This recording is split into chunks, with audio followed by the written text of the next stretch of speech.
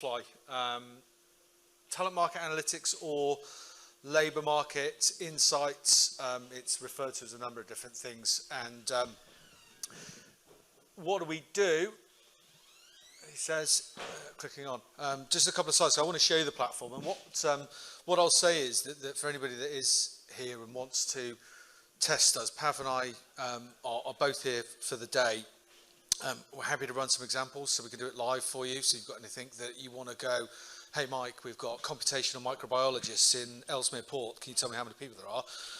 We could do it for you. And that's what we do. We do finding out where people are that you're potentially looking to recruit, and that's a very, very basic form. We're pulling data from right the way across the social web. So that could be LinkedIn, it could be Facebook, Twitter, Google, Stack Exchange. Anywhere there's publicly available information, we're aggregating that, we're pulling it in, cleansing, structuring it, machine learning, some narrow AI, and that is feeding the candidate pool of what potential is out there.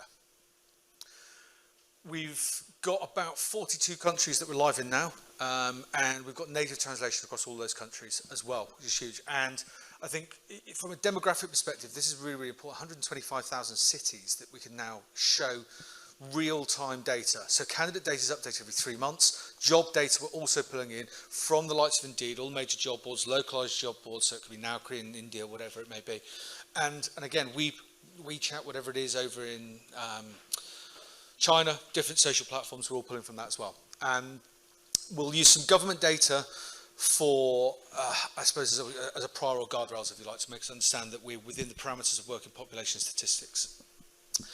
And yeah, we're growing internationally. So I don't really want to spend too much time, but we pull 1 trillion data points. This is really, when you, I can hear myself. God, that's horrible. Do I sound like that? Yeah. So we pull 1 trillion data points. We've got 50,000 searches, which is happening now within our platform every month. That is about 1,000% increase than pre-COVID. So what we've seen is a huge, huge demand shift to people wanting data, to understanding what their market looks like. So these are some of the clients we work with. So we do a lot across the public sector. Now, a lot of people will recognise Office of National Statistics as a great source for data. They use our platform because of the granularity and the ability to search and dig into where the skill sets and the people are that they need to recruit across the UK. And as you'll see, some of the big RPOs they're using us on an international scale as well as the private sector. What I want to do is run through an example. I'm just going to go back here, and you can see I've typed in quality engineer. This is the actual platform, very, very intuitive. Google type search, I can type in absolutely anything. We've got a taxonomy of over 550,000 skills and job titles. So whilst we're talking about where are the people I need to recruit, it's a very, very basic way of looking at it. But if we start taking specific challenges, and everybody's is different, so we cover TA, workforce planning, business planning. So it could actually be that from a business perspective, you're looking at real estate, mergers and acquisitions, you're buying businesses, are you keeping staff, are you moving staff? Those cost implications of getting it wrong run into the millions. And I think one of the big, big things we're trying to focus on as an organisation, and actually the clients we work with, is it's not just, this is great, the data looks lovely, it's how and why am I buying it, why am I using it, what impact is it making to my organisation? So a financial services client that we work with, quality engineer, Matt, one of our customer success guys. Matt, can you help us? We're really struggling. We've bought Horsefly. How do we find these people? We're typing it in. We can see there's loads of people, 57,000 people across the UK. Salaries, well, we're paying more than that. You know, it's 40,000, and there's only 519 jobs. So why are we struggling to find these people? Everybody we're getting is in engineering. And actually, if we start looking at this heat map on my screen there, you'll see there's a big kind of high density population across the West Midlands going up into Northwest and also the Southeast. So actually, when searching on this and saying, okay, quality engineer, we can see that supply and demand, and I'll talk about that in a second, but the experience breakdown, the very, very experienced workforce, 80% male, 20% female. Okay, great. But let's see why you're struggling. You're getting people from the wrong businesses. So everybody that was applying for these jobs was the likes of people from Jaguar Land Rover, BAE Systems, Rolls-Royce. So they're not the right type of people. They're a financial organisation. So what's wrong? And quite simply, the job title.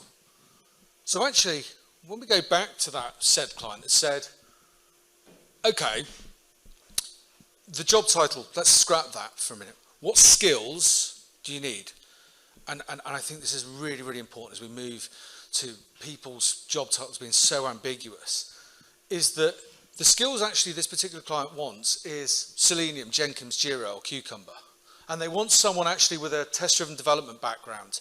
They don't want someone that's a software engineer, software developer, a project manager, or actually a project or a business analyst. So quite specific in actually what they want. So when we did that, and click search again, it should be pretty quick. Public Wi-Fi. Okay, swirly circle, talk for a minute, everything will be fine. There we go. Okay, so we see that talent market drastically reduces. Not only does it drastically reduce to 16,000 people, that salary's bumped up. 46,000 is a mean average. 80k is high. Look in London, you're looking at 90k as a high average. But the really interesting thing is when we look at the demand for these people, most of them, the high density of these people are in London. There's 4,500 jobs to 16,000 people. So you're looking at about 3 people available, maybe 4 people available for every job out there. Now, those people aren't all looking for a job, so you go, well, there's 4 people per job, that's not that bad. You know, if we said 10% of those people might be looking, we'd be perhaps being, optimistic. So 1,600 people, 5,000 jobs. You only need to do the maths on that to understand they got the pick of what they want. So what does that mean to this particular client? And actually, what's the impact of this? We could see 52% of the people who've got over 8 years experience, they're not going to be on an average salary. So you're going to be pushing up again to the high end. We can see demand is high in London. The below that black bar, the harder to recruit. So in London, we see about 3 people available for every job. Actually, probably your best bet, if location is no problem, and again, something that perhaps COVID has opened up, is that if we looked in the East England, there's about 9 people available and considerably cheaper than it would be in London.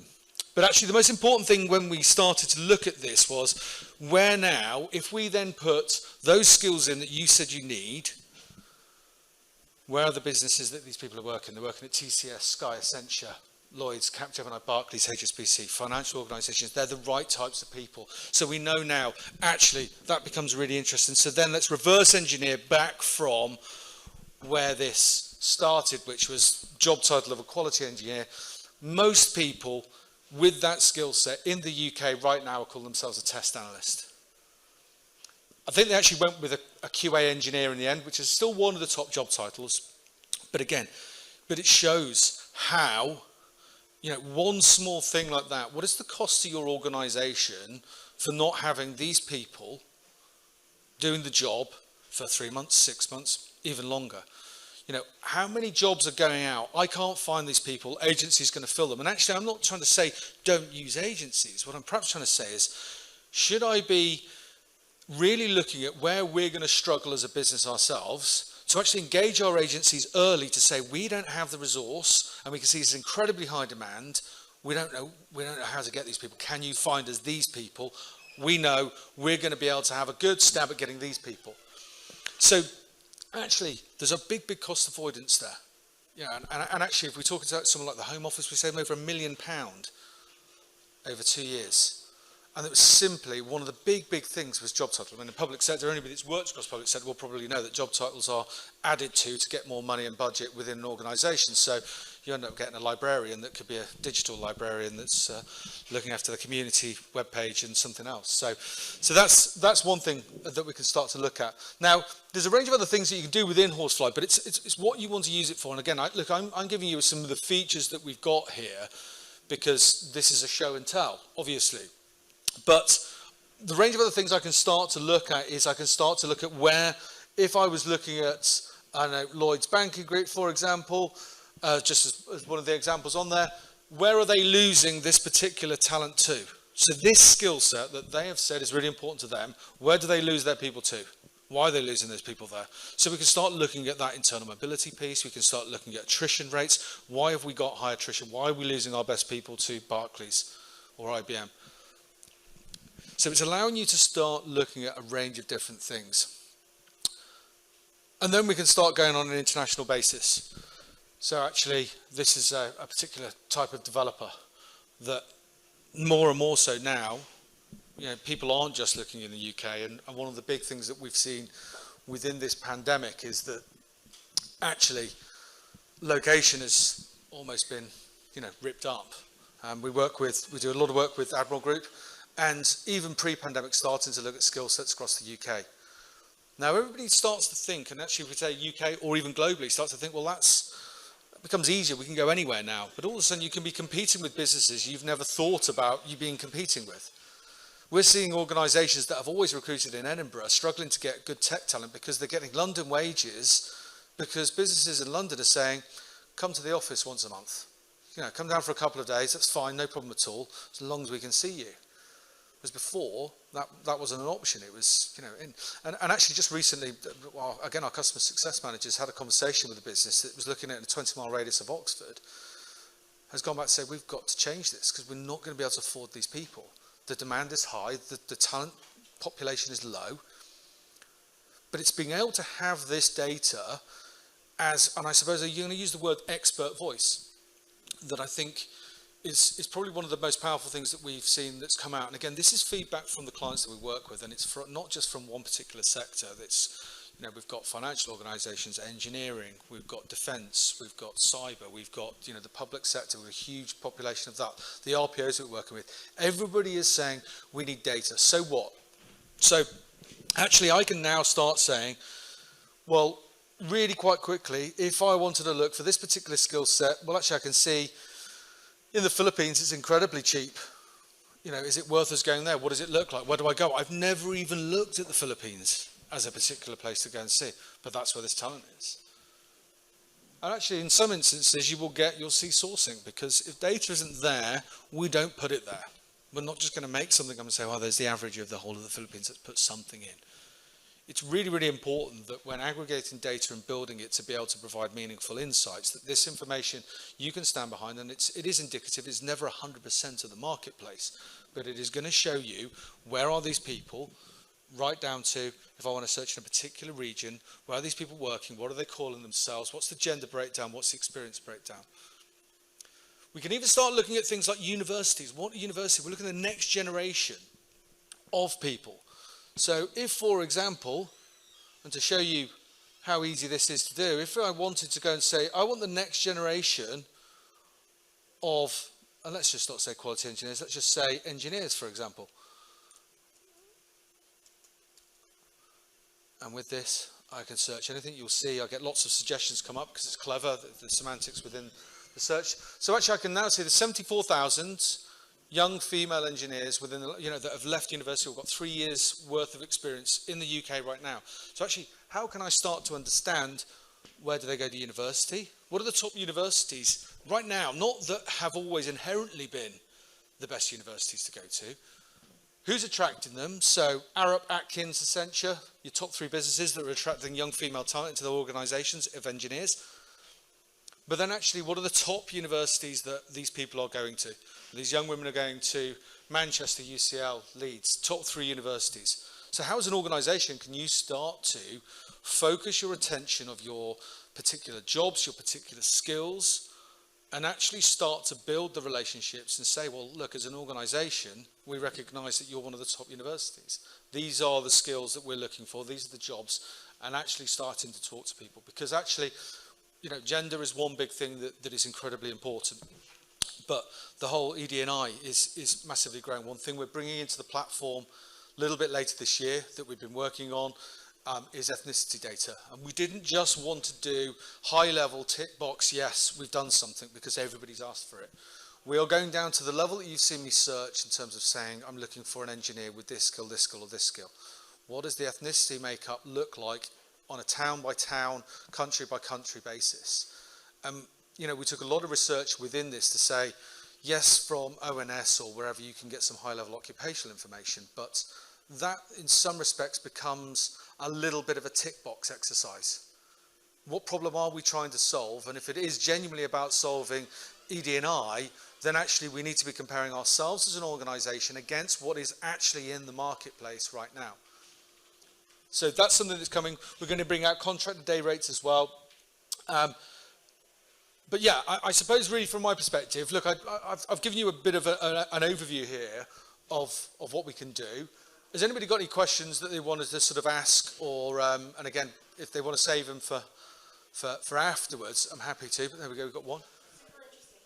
With regards to the ethnicity data, just Yeah. out of interest, like if it's self-reported, or like how would you actually get that ethnicity data, or is it psych test? Like how do you use technology to? Yeah, I mean, it's a really good question. It's first of all, it's to obviously take everything through the ICO to make sure the GDPR compliant, but it's names, it's building taxonomies of names, and then doing something called pseudonymization of the data to mean that we're not keeping personal information, so then we can actually, and then obviously there's a machine which is doing some of the clever algorithms and everything else. My CEO watched this ago, that was crap, Mike, but yeah, it's the layman's way of saying, yeah, they do some clever things, but we have tested it on things like the Premier League, footballers, because obviously there's always going to be nuances within anything. It's the same with gender as well, so but we build that, test it to make sure that those nuances can be sort of managed out. Anything else? Anyone want to test me on something? I don't know how long have I got, Stephen? Don't say that. Yeah, get me the book out. Does anybody got anything that they're working on or has heard of, or something really horrible to just test it? No? Go for it. Go. Come on. IC validation test engineer, integrated circuit authentication engineer. Integrated circuits. Validation engineer. Okay, so I'm going to put integrated circuits. And so how I can build this, so integrated circuits and then a validation engineer. Yeah, it might be IC, it might be IC test engineer, like there's a few options. So. IC, let's try that. IC testing, you say? Yeah, IC test engineer. Okay, so if I put integrated circuit, IC testing, and I put engineer. In the UK? Yeah, I mean, we sponsor visas, so we'll do it, but at the moment, Well, I'll tell you what, I won't break my machine by trying to do like 10 searches, because with this Wi-Fi as well. But I can do UK, I can do, and I'm listening, if you want to grab us. So there we go, no one. Oh, hang on, no, that's young, hang on, don't panic. No, sorry, that's me going, and hang on, let's just do that again, because it's me doing things live. Now the Wi-Fi is being slow. There we go. Right, filters are all on. That was young female, so IC testing. It's just as well it does it, and let's just put IT testing, and then we can go and put. And you'll see, look, the suggestions are there, because I think it's really important actually that you can look at that. And let's put engineer as well. Fingers crossed. Otherwise, there's no one here. There you go, 577 is what we're pulling up. Based on that, now again, we could be a lot more granular with that type of search, but you get the idea that you can type absolutely anything in. I mean, I've done postmen, I've done forklift truck drivers, warehouse people, and again, I think that's probably one of the big things that does stand us out from, you know, there are other tools out there in the marketplace, but I think the fact that you can cover blue collar and white collar is really interesting. So actually your main people in the UK that are employing these types of people, HP, BT, Renaissance, Intel.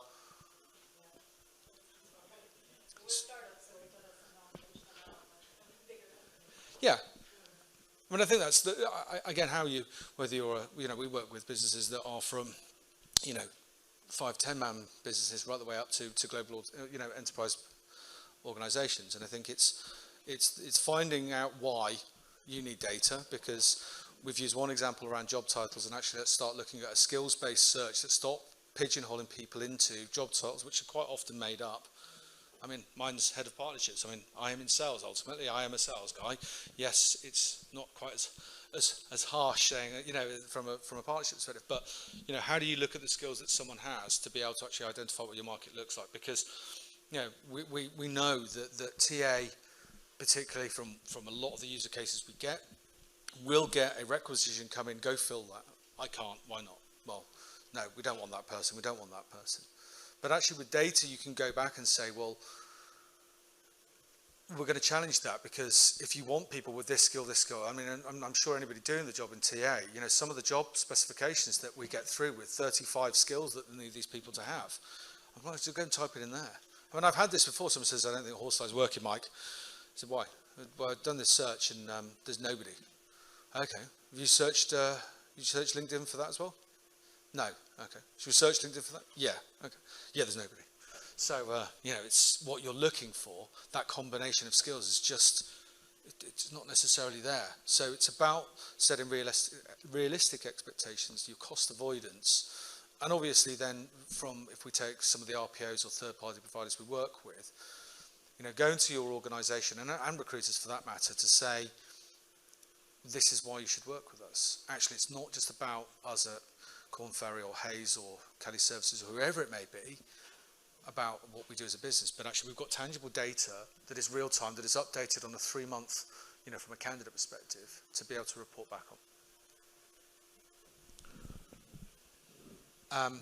And I think that's a really brief overview of Horsefly. It can all be exported as well, so actually one of the things I didn't show, should you wish to, again, great thing about this is that if I want to go and have a conversation with really quickly internally, or actually chop this up and make it to look really nice, this will probably break the Wi-Fi here, but it's going to download a PDF. But everything that I've searched within there, so whether that's skills, job title, university information, my heat maps, I've got a really nice sort of PDF. And again, I didn't touch on it too much, but the supply demand is really, really interesting because everybody can go and say, look, it's London. London's got the most people. So we look at blue bar being the most amount of candidates. The black bar is candidates per role. So number of jobs being advertised divided into number of candidates.